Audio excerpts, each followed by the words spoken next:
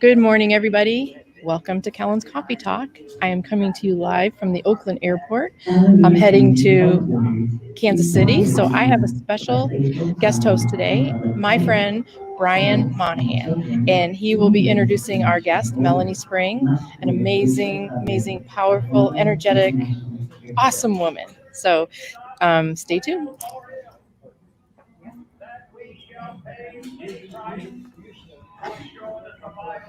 There was a story that I needed to be telling, and I needed to be able to help others start telling those stories. I do marketing, but what I really do is inspire people to dream bigger.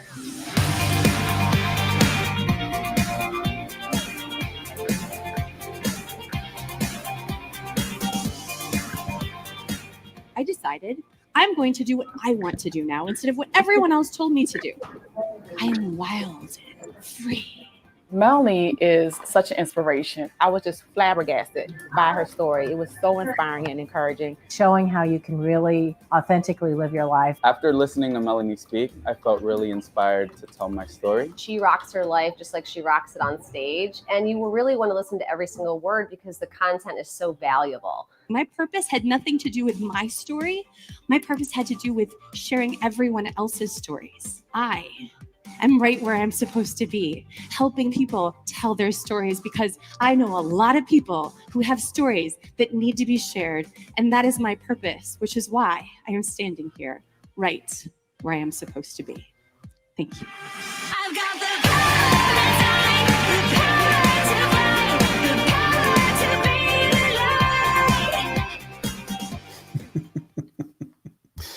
Well, welcome everybody. I want to first give a big shout out to our guest, Melanie Spring, coming in from New York State today. How are you today? I'm awesome. I've been running around all morning and now I am sitting in one spot, not doing anything. So I'm happy to be here. That's awesome. I just want to mention we're in great hands today. We actually have our sponsor in the background. It's BSVPTV, and they are our producer for the production. They do video production. They do YouTube strategy and help people with doing things like this, live streaming. And so isn't it wonderful just to jump on here and have somebody managing the show and making us look great, amplifying. Whatever I need to do, I'll pay him any kind of money. It's awesome. And so Kellen has been smart enough as somebody who started a show to say, I'm going to get professional help on this. So it's great to have Bruce in the background. So I wanted to give him a quick shout out before you and I dig in, Melanie. So well, I'm gonna get going because it's getting really loud here. So Melanie, thank you. You're in great hands. Bruce, I'll check with you later. And Brian, kick some butt. It appears they're seating Sky Priority right now, Kellen, so you may want to run. First class passengers only. So, well, hot dog, Melanie. I mean, who thought that you and I would be doing a second interview this year? I mean, we started off the year in DC at a conference called MACE for meeting professionals. That's how I met you. And I had no idea that I'd be interviewing you here today on Kellen's show. I mean, what a journey this year has been. What you been up to, by the way? I think you were at the last keynote I gave this year. So the fact that we got to hang out and get to know each other there and then be able to like really get to know each other through the last couple months has been kind of amazing. Yeah. Have you noticed what's in the background of my shot? It might be a little far away, but this is the confidence workbook. Yeah, I thought we would talk about that at some point today. I think that's a program that you have called Speak with Confidence. We'll dig into that later, but let's find out more about Melanie. So you guys saw that great video that that Bruce shared, but I'm going to give you guys some background on her before we get moving. Definitely, I know Melanie loves questions, and so definitely ask questions, but I love this intro, and this is what sold me on her way back in February, was when you ask a brand storyteller how she defines her personal brand, and she says, approachable badass. I mean, definitely, she's a badass. She is one of the most loving people I've met over the last 6 months and just been really there for so many people. So just wanted to give that her her brand matches. She is definitely approachable badass. She's also an international keynote speaker and a public speaker trainer, which is something I did not know when I saw you speak back in February. And her and her crew travel the world prior to March. But we're getting back into things. She travels the world internationally over things like this. And she's also got a program called Speak with Confidence that helps people amplify their voices. And I just happened to be going to that course in November. So I'm super so excited cool. to have you. We get to actually hang out in real life again this year. I know. I mean, I did not have you as the last keynote I've witnessed in person, and then the next live event that I would be attending again in November. So you are going in 2020. 2020. It's been a special year.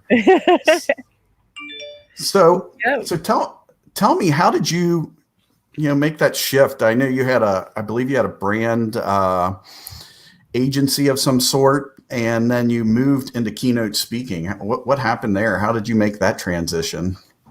Painfully. Or what problem? Painfully. Well, it took a long time. I mean, I think a lot of us look at people's journeys and think, wow, that must have been just a quick decision. And like, how great was it that you got to make a decision like that? And I keep looking back at it going, well, when I had my branding agency, I had built it to be the thing that like I grew old with. I named it after my imaginary friend, Cicerina. And she was the thing. I was going to get a tattoo that said Cicerina because she was my imaginary friend when I was a kid and became my business. And as I was getting closer to like the 6-year mark, the 5-year, 6-year mark, I realized that I was building a job. And those in the world who have jobs understand the difference between having a job and creating your own business. And I was building myself a job again. And I was like, this isn't what I signed up for. I don't want this. So it took me until the 8-year mark. The 5 years in, I knew that this was happening and I was miserable in it, but it took me 3 more years to figure out that I just didn't want to do it. But then I was like, what am I going to do if I can't do it? And my team actually told me, they were like, what if you became a public speaker? And I was like, that's insane. You can't be a full-time public speaker. And then I was like, wait a second. Yes, you can. I actually didn't believe that I could be a full-time public speaker and then became one. So, yeah. Well, I was wondering, so obviously I found you via an actual keynote presentation. You were the closing keynote for that conference. And I did not realize that you also had speaker training. Were they coincided or did one come before the other? How did that work? I've been speaking for 11 years. My first speech was terrible. Okay. 11 years ago. That's fair. So I remind people, I also sucked at this at one point, and I don't think I'm the best at it, but I also don't think I suck at it anymore. So I think most of it came down to I was doing it and I accidentally started my speaker training because I needed a demo video. And I think the big lesson in all of that, I'll tell you about it in a second, but like the big lesson is that you tend to create a business around the thing that you need the most. So when I was building my branding agency, I was building a business that helped people build their businesses. And I was building my own as I was helping other people do it. So like, I wasn't just doing it for other people. I was actually helping myself and helping others at the same time. So when I started Speak with Confidence 3.5 years, it was almost 4 years ago, I was doing it because I needed a demo video. And I was like, well, how do you get a demo video? And I'm pretty sure AV teams are pretty amazing, but conferences are not a place to get a demo video because you have the AV team hired by the conference to manage what they need to get out of the conference, the video and audio and all that kind of stuff. But they're not doing it to create a theatrical piece for a speaker. They're doing it to capture the conference. So when I worked with my videographer to do this years ago, he was like, well, why don't you just get a theater? And I was like, just get a theater. Sure. Yeah. That's well, and then you could give a speech and then you just get a whole bunch of people in the audience. And I'm like, to give a speech, I'm just going to like get a whole bunch of people in an audience to get a speech. And he's like, well, why don't you just teach your friends how to do what you do? And then like, just get a bunch of you on stage. That's how it happened. Like, I didn't plan on creating any of this. And it took me 70 hours to train 10 of my friends how to build their own talks individually. I didn't have any group, anything. And I did that once, and I told him I would never do it again. And then 4 months later, we did it again. And it became a thing that used to be called Rock Your Talk and is now called Speak with Confidence. But shortly after I did the second one, I was like, I can't do the 70 hours. I can't keep, oh my gosh, 70 hours to do this? Are you kidding? So I built a course. And my husband, my boyfriend at the time, now husband, is a marketing guru who like builds courses and builds landing pages. I didn't know what landing pages were. And I was a website company. Like I owned a website company. Like, what the heck is a sales page? Like, okay. So I built a whole funnel behind it and like all this crap. And it took me 3 years to finally go, oh, you mean I could sell this as like a challenge and we could get lots of people in it? Now, do you have a squeeze page too? I don't have a squeeze page, but I heard about a reverse squeeze page the other day and it sounded like a really weird sexual position. And I was like, I don't think I want a reverse squeeze page. That's the other show you're on later today. So. Totally. Yep. Yeah, I mean, there's all those pages out there. I personally, as you grow your brands, you try to do new things. It is good to like learn about funnels and landing pages. And, but I think it's interesting. You mentioned, I've done the same thing recently as I wrote a book called Customer Delight 365. And I told some people I would never write a 365 book again. And now I'm writing another 365 book. So I'm thinking the way to tell the future is when we hear somebody like you or I say, I'm never going to do that again, is pretty much like, all right, I'll see you in a few months on that project. So. I feel like that's the universe's way of, it doesn't hear the yeses or the nos. It just hears the words we say. And it's like, oh, look, Brian wants to create another book called 365. That sounds great. And we're like, no, I'm never doing that. And it's like, yeah, but you I'm never doing it again. Good job. You get to create another one. Go you. Yeah, in 10 years, I can't wait to tell you about the 10th version of that book. So seriously, I'm just going to say the universe is not going to give me millions of dollars and see what happens. There you go. I am not taking the millions of dollars by the end of the year. I'm not. Okay. Millions and millions of dollars are not showing up at my door tomorrow. I cannot believe that we are not going to do that, Melanie. That's going to be awesome. And never again. Never again. Yep, that's how you manifest it. So, obviously we share a common industry in the event space. And I always, I have to be honest, I had a view where it's like, hey, the AV companies, the people who provide chairs, the conference centers were struggling. And then I always think of keynote speakers as the golden people of the industry. They got it all going. They got the presence. But how has this thing affected you? I mean, it took me a while to realize the keynote speakers were taking a little bit of a punch in the gut here this year. What does that look like for you? It's the only thing that we can do. So it's like, okay, if we're full-time public speakers, like what else are we going to do? I have friends who they don't have courses, they don't have merch, they don't have anything. Speaking is their full-time gig and in-person stuff is their full-time thing. And if they didn't pivot this year, really believe that they had to figure out something new, then they didn't do anything and they made no money, which is a lot. And think about like a lot of public speakers aren't entrepreneurs either though. So you think about like most public speakers are small business owners. They're like, this is the one thing that I do and I do it really well. And I'm just going to keep doing that. Where others of us have to be like, okay, well, if we can't do this anymore, now what? Like, what's the next thing? And how can we, I hate that word pivot, but like, how do we change what we're doing and do something that we get to do on stage in video?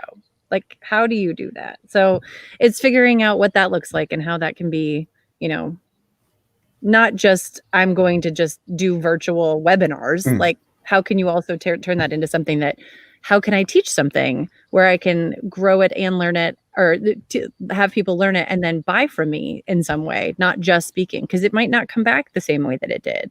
So, yeah, I think, one of the things I definitely have been impressed being somebody that's in your network and see your marketing. And so, as a keynote speaker, I noticed you used a lot of interesting dynamics and, you launched a 90-day challenge how has that worked out? What does that look like for you? I don't think that's a traditional product for a keynote speaker per se.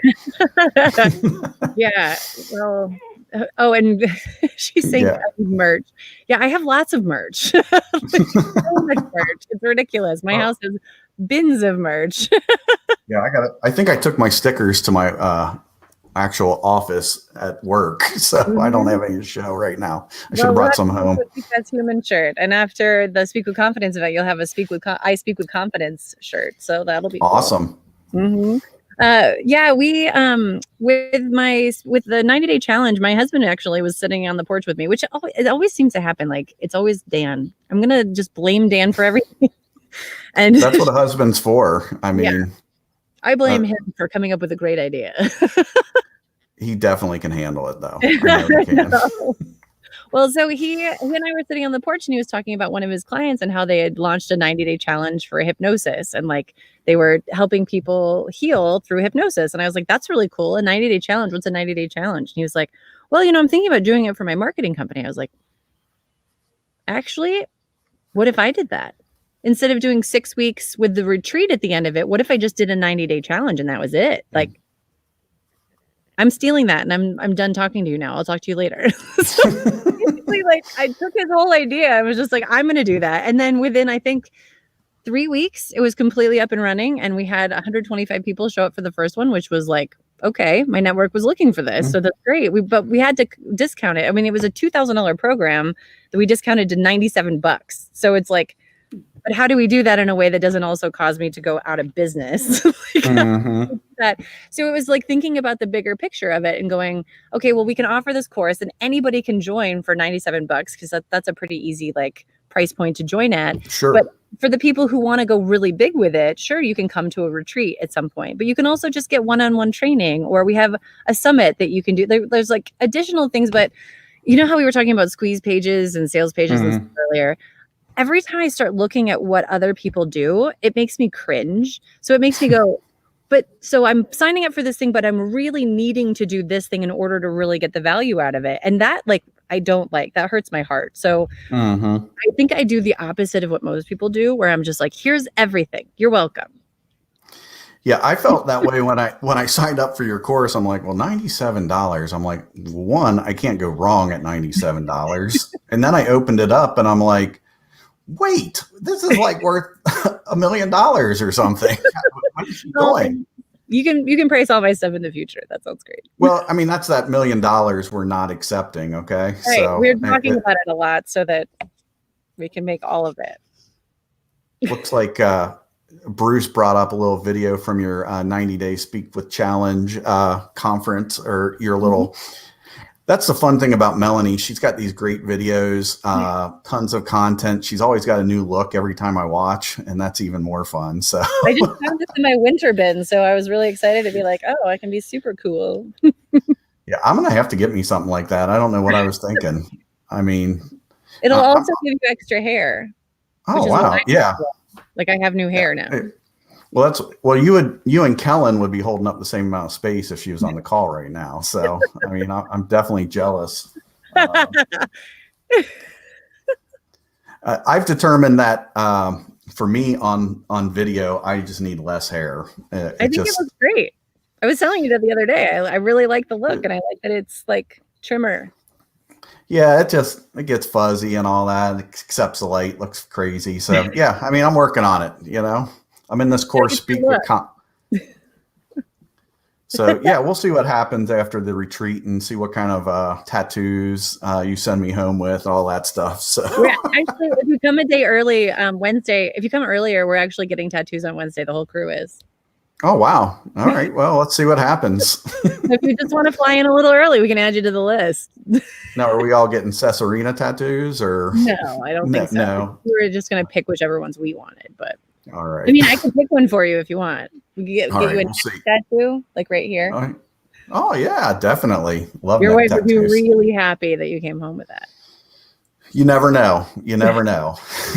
She might be fine with it. I mean, at this point, COVID-19, 2020, you can do just about anything and it's going to be fine. I mean, it does not matter. It's all game. It's all fair game now. So, So we've been talking all about your business, but we actually, one of the best things that's come out of this is you moved, and I'm looking at your window that's got this reflection behind you. I'm assuming this is not a virtual backdrop right now. It's definitely not. Like, I can just spin this around really quick and you can see the fall leaves. That is just gorgeous. Right? So I inspired you earlier this year. You started posting pictures of nature after I started posting pictures of nature every morning. But your pictures are amazing. I mean, I'm just walking around a suburban Cincinnati neighborhood. You're walking around true nature. Tell me about this place you moved to. Tell me about that.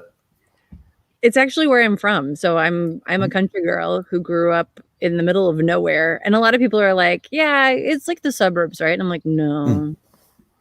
And I found out a new word recently, which I'll impart upon you, is the word exurb. Have you heard of the word exurb?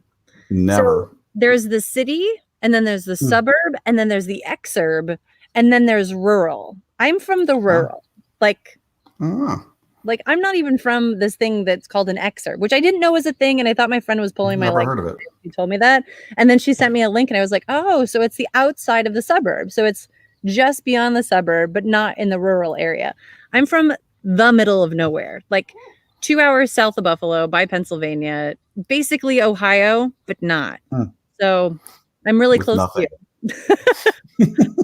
Nothing. But so I'm living about 45 minutes southeast of Buffalo near Letchworth State Park, which is called the Grand Canyon of the East, which is really cool. Wow. And it's the most beautiful rolling hills of country that was all like cut by glaciers and like just really cool stuff like that. So there's tons of lakes here, lots of trees, mostly farms. And yeah, we're living on a lake colony, which is called Java Lake. It's this little tiny 200 house lake colony from like the 50s and 60s. And like maybe the 40s, probably the 40s. Most of these houses are really old. So we're living here and it's quiet. Nobody lives here year round. There's like 4 people who live in the colony year round, which is pretty cool. So yeah, you took a picture one day. It was on the on like a paddle board out on was it Java Lake? Oh my. I have not seen anything more beautiful in that picture you posted. It was so just pretty here. Yeah, I bought gorgeous. Specifically so that we could go sit on the lake and just enjoy that. And it took me a long time once we got here to really just like decompress. Like even this weekend was the first weekend, and it's been 3.5 months since I moved here that I was able to just take the weekend and not do, just to be, which was weird. And it was nice to just kind of sit and just take it in and go, oh, interesting. This is an interesting place we live. But the house is like 550 square feet. So it's like really tiny house. We had to recently get an office because it's like my husband saved our marriage before we needed to save our marriage. Poor guy. Because he's on the phone all day long and it's a lot. So making sure that we could have some time where we had space. And yeah, I think that might be as big as the 4th bedroom I'm sitting in right now at my house. The whole entire house. Yep. But there's pros and cons. You got Java Lake, and I have a little more space. What can I say? Yes, exactly. So what's next for you? I know this has been a crazy year. What kind of ideas you have going into 2021 for Melanie Spring, the rock stars?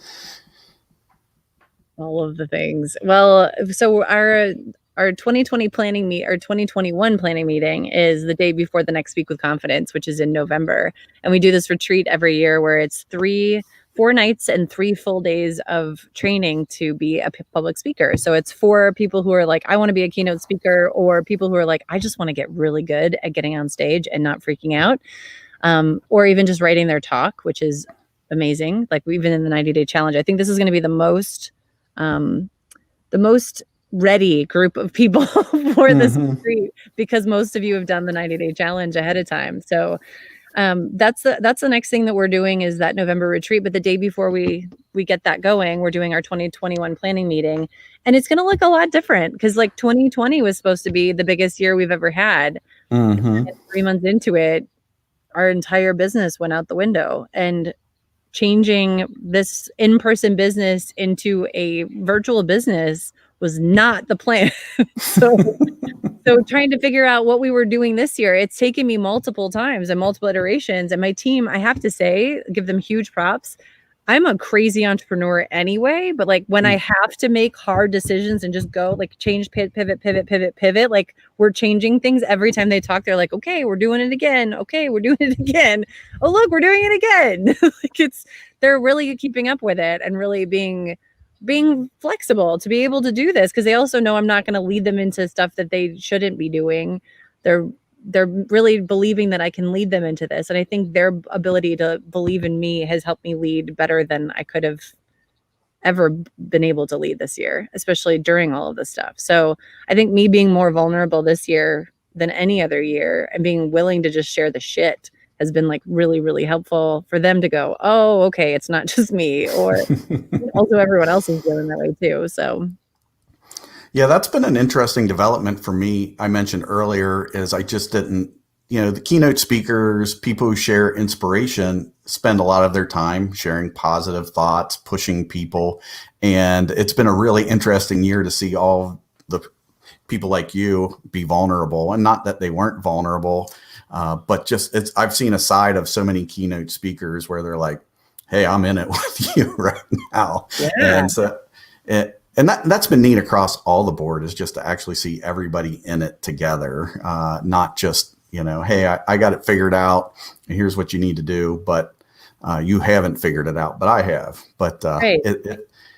So, yeah, I think people honestly, there's that vulnerability on stage, I think, where you can share something that's vulnerable, but you've worked it out over a period of your lifetime. And that's your stage story. Whereas now you're actually going to stage with something that's like actually vulnerable in the moment. Right. And it is a stage. Like social media is a stage and sharing is a stage. And there's a lot of people who are talking about toxic positivity lately, especially lately.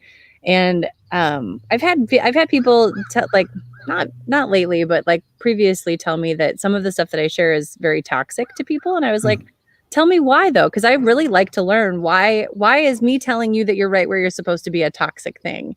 And what I think they aren't looking at is the bigger picture of, but you can share this later. I'm not saying that it's easy. I'm not saying that like what you've been through is not worth talking about. Like what I'm really saying is like, you are allowed to feel all of those things and you're allowed to do that, but you also can't just sit in them and be in them and like hold on to them and be angry in them and frustrated in them. You have to do something with them. And it's okay for that time to be right where you're supposed to be, but to be able to take those stories and really put your heart into them and be willing to share them, that's where other people will get to learn from them. And you learn from them as you're doing it, but that toxicity is usually a toxic person, not the thing that they're saying. It's usually what they're saying and how they're saying it because of who they are, not the thing that they're saying. Anyone who's saying anything is toxic is usually someone who's like seeing a lot of toxicity because they're the type of toxic person to see that kind of thing. So I think we have to filter things that we hear and think and think the things that we think are some of the hardest to filter, but they're the things we have to filter the most because we aren't made to go through hard things by ourselves. We're not made to just sit in our head and just like let stuff eat us apart, which is what like even the last couple of days I've been doing is just like, I think the last 24 hours I've been doing exactly that. Like, like sitting in anger and sitting in frustration and starting with like that grief process of crying about it and then getting angry about it and then being like, no, F this, I'm not doing that. I'm going to go for it. I'm going to make this thing happen. And I think allowing ourselves to feel it and know that we are right where we're supposed to be and we can't wish it away, but we have to be able to feel it and work through it and be there in it so that we can work through how to share it whenever that time is. So now we're doing it in real time, which is harder, but also much more vulnerable at the same time. Yeah, I think you can't hide from the world right now either, as crazy as that is. We're locked down, but we have these cameras and we're inviting people. The chances of me seeing your window on your back porch prior to this year are very minimal. The chance of you actually seeing the back wall of my fourth bedroom is very unlikely, and the chance that you've seen my dog, or I've seen your husband in a video, or whatever that might be. I mean, we're getting exposed to people in a way we've never been exposed. And so you really can't hide your vulnerability. One of my buddies, Eric Bam, he actually jumped on when I interviewed you on my show, and I asked you a bunch of questions, but he often gets called out for the toxic positivity thing. And his thing is like, well, what's the alternative? Would you like me to be share toxic negative things? I mean, what's the, so I always just ask the alternative on that front. The other thing is, you've heard about the tuning fork thing, or a guitar, that vibration's a match. So whatever part of it's toxic is most probably inside of that person. Right. And if they could actually find a way to maybe take a step back and say, why did that trigger me so bad, is actually a learning experience for them. So you're doing them a favor. They just don't know it. Well, it's funny. I was having a conversation with Maggie yesterday. She's our rockstar wrangler, and she's the one who's making sure all the rock stars get what they need. And she's doing a lot of training with them. And she and I were talking about I just knocked over a plant underneath me. I didn't realize there was a plant under there. We were talking about personality tests and stuff like that. And she's a pastor. She's been in the church, Christian church system for a long time. And she just got her master's of divinity and is doing really cool stuff, but also teaching our rock stars how to do things. And I was on a call with her and I was like, I'm so sensitive. And someone made me realize the other day that that I'm an Enneagram 2 with one in the wing, whatever the crap that means. I don't even know what it means. I was like, okay. So I looked at it and I was like, oh, that's probably why I'm sensitive. And she looks at me, she goes, you're not a 2. I was like, what does that mean? And she's like, Melanie, how did you think you were a 2? And I was like, well, I took a test. And she goes, you can't take a test to do the Enneagram, Melanie. I was like, why? How do you find it out? And she goes, you read all the descriptions and figure out which one is the one that triggers you the most. And that's probably you. And I was like, oh, I didn't know that. She's like, it's not one of those things where you're like, oh yeah, totally. I'm that. That's definitely me. You're like, no, that's terrible. I can't believe that anyone could be like, oh, yeah, the one you pick out is more like your aspiration and what you hope to be in the world.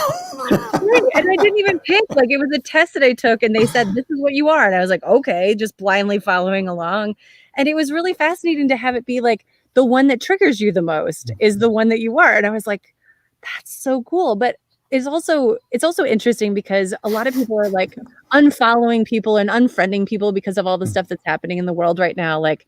With Black Lives Matter, with the Trump versus Biden, with all of the political and everything that's happening right now. There's a lot, which is good. And it's all good stuff because we're all talking about things right now.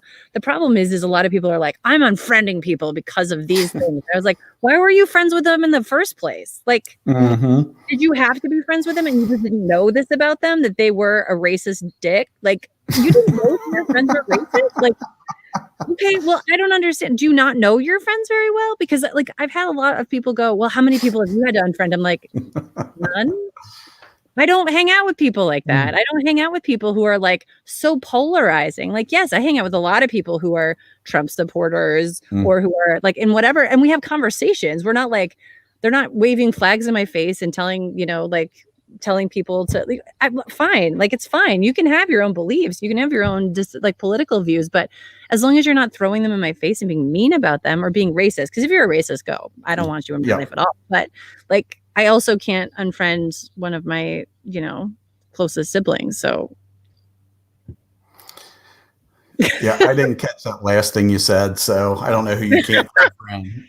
But yeah, I think that's a pretty interesting point is, what did you already know about these people to begin with, that they probably weren't your ideal match to begin with? And now you just basically confirm that. And that's probably just having the courage to know who you are in the first place. And so people are getting more in tune and saying, this is what's important to me, and I'm not willing to be a part of this.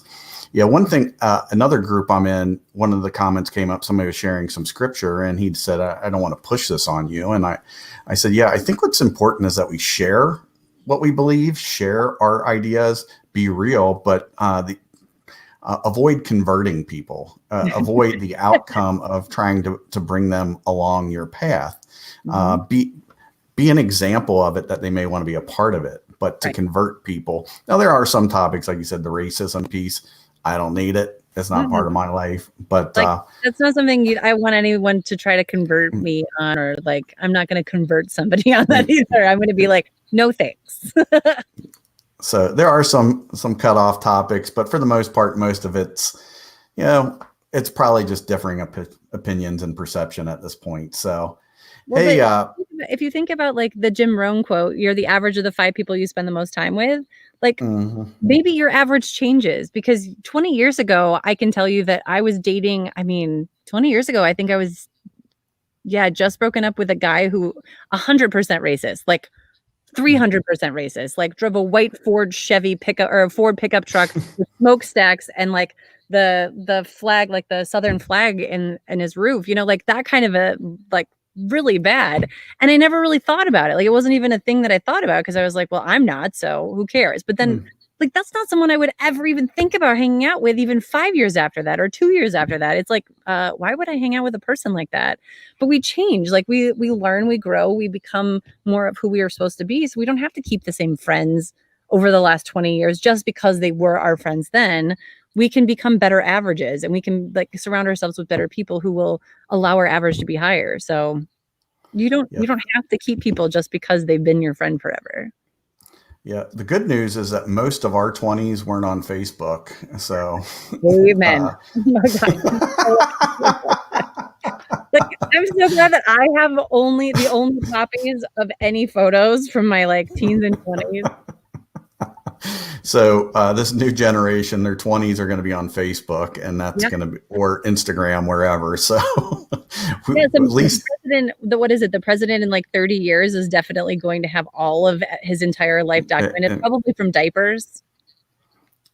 Wow. Can you think about that? Like in 30 or 40 years, like his mom has posted pictures of him in diapers.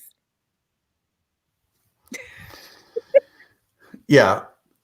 My daughter, we have a cat. I probably have 50,000 pictures of my daughter at this point, between all the iPhones over a 10-year period. It's just ridiculous.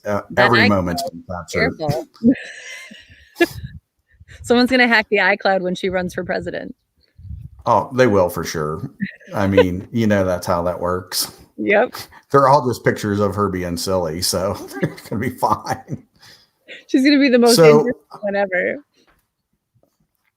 So I don't think we got any direct questions from the audience, but I do I have one for you before we finish up. What's one thing you would say to people as a takeaway from our conversation today? I know you have lots of ideas, lots of concepts, but what's one thing that you would like to tell the world as a takeaway from our interview today? I put you on the spot there. I know, like one thing out of all of it. Or you can do 3. I don't care. I think the biggest takeaway is like one of the things that I'm learning the most lately is that I'm teaching the thing that I need to hear the most, and I'm teaching people on how to amplify their voices. And I was going for a walk with my husband the other day, and I posted this on Facebook or wherever I posted it, but I needed to go for a walk to really think about what I wanted to write about. And I couldn't figure out, I'm like, I don't want to be a public speaker trainer. Like, I don't want that to be my title. I don't want to be the person who teaches people how to speak in public. I want to teach people how to own their voices. And I want to teach people how to be more them, but like learn who they are so that they could have the voice to be able to say the words they need to say, to be able to get the message out that they need to say. And the more I think about it, I'm like, that's not public speaking, but I'm doing it in the public speaking vein. And one of the things I'm learning the most is how to amplify my own voice, because there's some things that I won't talk about because they're things that I've been squashed so many times with, that I just won't share it because I know I'm just going to get squashed with it again. And I was mentioning today to my husband that I've been afraid to speak up for so long that's why I teach other people how to say what they need to say, because I'm so terrified that I'm going to get hit in the face again with something else that's going to like mess everything up again. And I'm going to have to start from scratch. And I'm like, interesting. And then so I'm digging more into that. So I think the biggest takeaway is really understanding why you aren't saying what you need to say, and learn how to speak up enough to be able to start those conversations, to start being able to not care if you get knocked over again, not care if somebody doesn't like you again, but to say it. And even if it comes out wrong, say it anyway and apologize for it and say it the right way the next time, or whatever that right way is for you. So that's my biggest takeaway, I think. It's wonderful advice. One of the favorite things I have about you, Melanie, is you live the message that you share. And so I think that really makes a difference, is that you're congruent with your message. And the world needs people that are not only teaching, but doing the work while they're teaching it. And so I so appreciate that. And it's such a pleasure to be here today. Are there some places where people can find you? Bruce just popped up melaniespring.com. Is that the best way to get a hold of you? Yeah, for sure. Hang out at melaniespring.com. At the top of it has the 90-day challenge. So if you wanted to join us, we have another one starting October 14th. So you still have the Rockstar Club as well, right? The Kick-Ass Humans Club. Kick-Ass Humans Club. You're a Sorry, rock got star. it. You've already I'm in the graduated. Rockstar. I'm in the Rockstar. I'm in the Rockstar, folks. Kick-Ass Humans, though. No, honestly, join the Kick-Ass Humans Club. That's how I first really kind of stuck with Melanie. And it's just great people in there, great content, and you can definitely get a better flavor of what Melanie brings to the table through that group as well. So toss that out there as well. You can find all that on melaniespring.com, I believe, or it'll eventually lead you somewhere to your many outlets. See what happens. Yeah, you just dive in, and you'll be joining us in Denver in November somehow. Be careful. That would be amazing. So just be careful. You know, you never know where this journey might lead you. So careful manifesting the millions of dollars. Yeah. Well, I'm looking forward to our non-receiving $1 million trip. Okay. Yeah. So I'm not looking forward to that at all. I don't want $1 million. No, we don't want it. So, this reverse attraction is perfect. I love it. It's a lot easier to do this. Isn't it? You just think of all the things you don't want. Well, thanks. We just got a quick shout out from Ron. We're both rock stars. Ron's a rock star as well. You should get to meet him as well someday. Good dude. So Cards at Wow, Kellen, she's flying in the air probably right now. She's left the train station, the airport, and she gave us this interview. A time for you and I to catch up today. It's like you and I scheduled a phone call for the afternoon. So I know, I'm totally cool with it. Let's do it again. That sounds great. I'll see you on another show someday. I'm sure. So very soon. Well, on behalf of Kellen and the Cards at Wow team, thank you so much for joining us today, Melanie. We're looking forward to seeing what you bring into the world in the coming years. You're a wonderful person and a great inspiration for us all. Thank you so much, Brian. And thank you, Kellen, for having me.